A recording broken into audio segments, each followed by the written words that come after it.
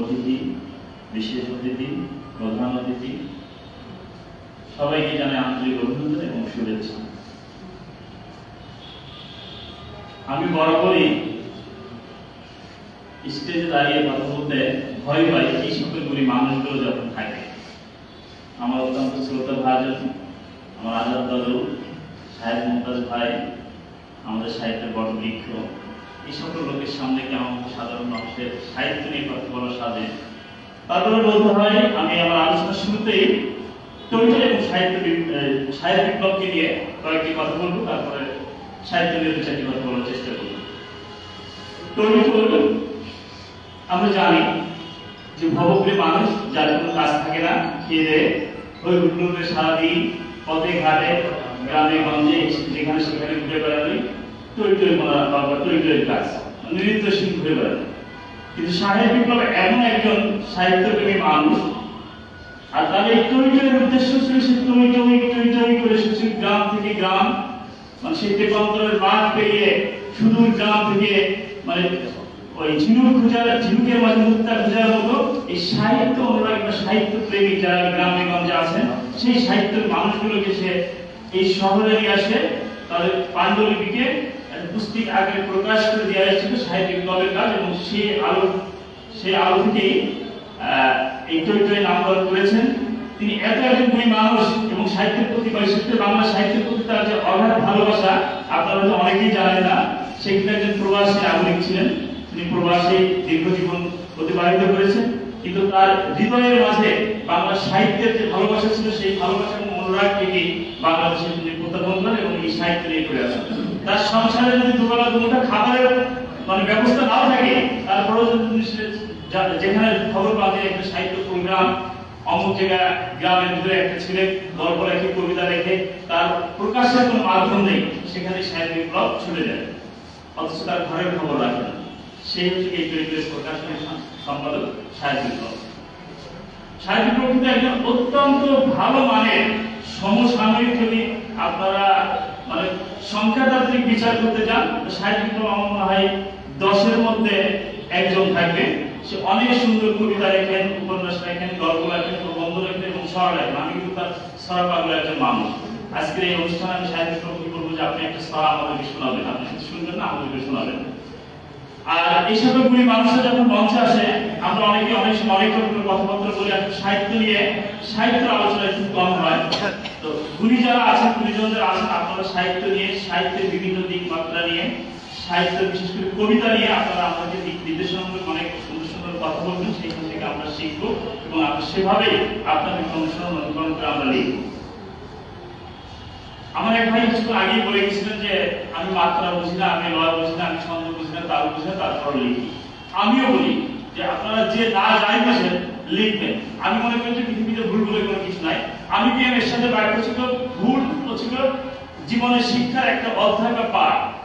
আপনারা জানেন বিশ্বের নন্দিত একজন লেখক রবিশঙ্কর, তিনি বলেছেন পৃথিবীতে ভুল বলে কিছু নেই, তুমি যদি ভুলই না করো তাহলে তুমি শুনেই পাবে। তো ভুল থেকে ছিল আমাদের শিক্ষা নিতে হবে, ভুল বলে কিছু নেই। আপনারা ভুল করবেন, আমি ভুল করবো, এই ভুল থেকে ছিল আমাদের আরো আপগ্রেড হবে এবং আমরা আরো ভালো ভালো কিছু উপহার দিতে পারবো, সৃষ্টি করতে পারবো। আর আমি বিএমএসআর সাহিত্য বিপ্লব ভাবে জানি, আমি কখনো আসলে ওইভাবে বলতে চাই না। অনেকেই নিজেকে অনেক খেতাব দিয়ে আমাদের এই সমসাময়িক যুগে অনেক রকমের খেতাব দিয়ে কবি সাহিত্যিকের পরিচয় দেন। তো আমিও অনেক লিখেছি, প্রায় 500-700 কবিতা আমার প্রকাশিত, অপ্রকাশিত অনেক আছে। আমি মনে করেন একজন সাহিত্যিক মানুষ, সংখ্যাতাত্ত্বিক লেখক যদি হতে হয় তার আমিও লেখক, কিন্তু আমি লেখক বা কবিতায় মানে কবির বলতে সাহস পাই না।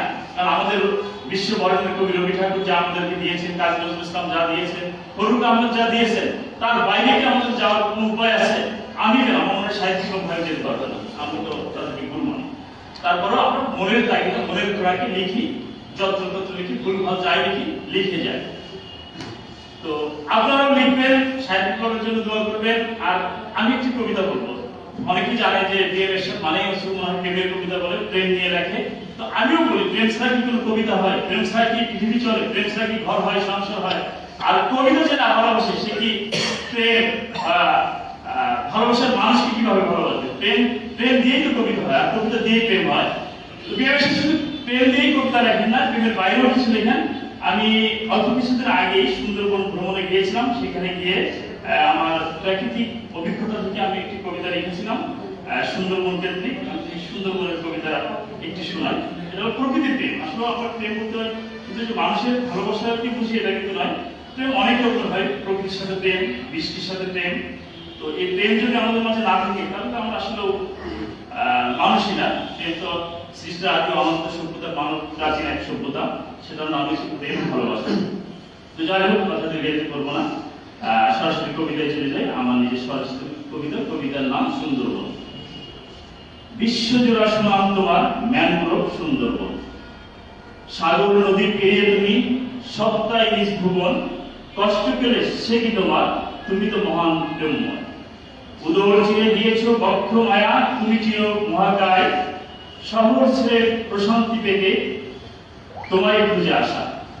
পেয়েছি সে তাই সুন্দরের মাঝে স্পর্শিত প্রেম ভালোবাসা, যতটা দেখেছি তোমায় চেয়ে অবাক হয়েছি তত, কি সুন্দর সবুজ তুমি ছায়া তরুলতায়।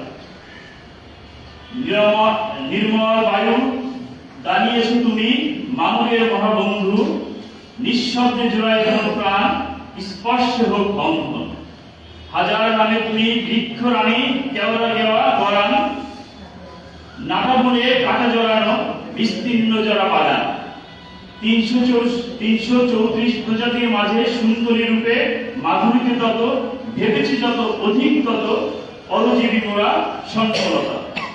বাঘ সিংহ হরিণ শাবক বৈচিত্র্য অভয় অরণ্য, পাখপাখালির কলতানে যেন নিখাত কষ্ট ভোলা।